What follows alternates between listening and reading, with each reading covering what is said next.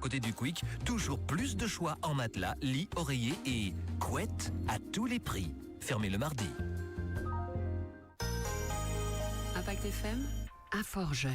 C'est l'heure de notre bien Fort-Jeune de la semaine en direct sur Impact FM, Impact News. On rejoint Rachel Gazon à l'autre bout du studio. Bonjour Rachel. Bonjour Patrick. Ça va Rachel? Oui, très bien. À quelques heures, quelques jours du Quarmé. Ah oui, hein. On sent l'ambiance qui monte. On sent l'ambiance qui monte, l'effervescence. Alors ce matin par contre, on va parler du droit à la manifestation, le droit de manifestation ce matin dans le billet. Aujourd'hui, on va s'intéresser vraiment aux droits liés aux manifestations. On en dit plus évidemment sur le sujet en direct.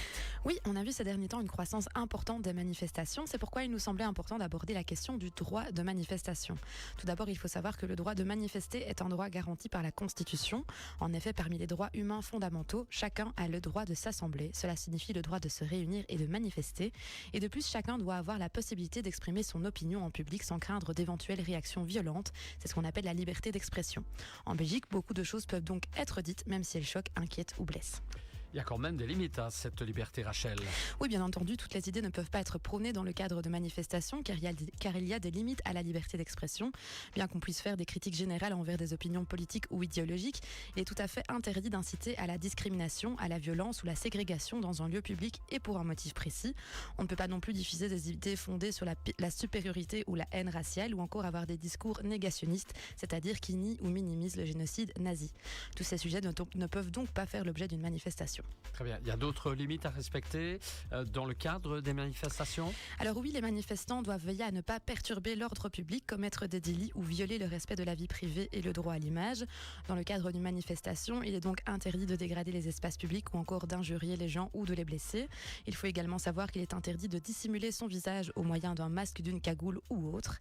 Et alors concrètement, les manifestations sont rarement violentes, mais dans le cas où ça arrive, les policiers ont certains pouvoirs pour garantir l'ordre dans les espaces publics. On dit que ce sont eux qui ont le monopole de la violence physique légitime.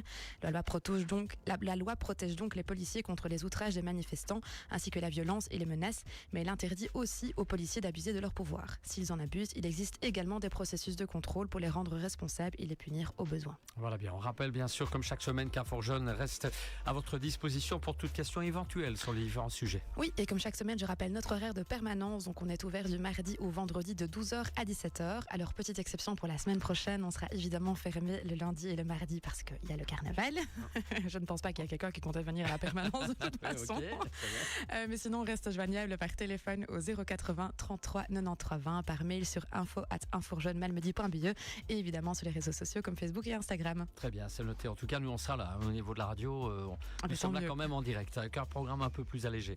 Merci Rachel pour ce droit à la manifestation. Bien sûr, c'est le billet Infort-Jeune de la semaine que l'on peut revoir sur notre page Facebook Impact News. Merci Rachel et à dans 15 jours alors. À dans 15 jours, oui, je serai pas là la semaine prochaine.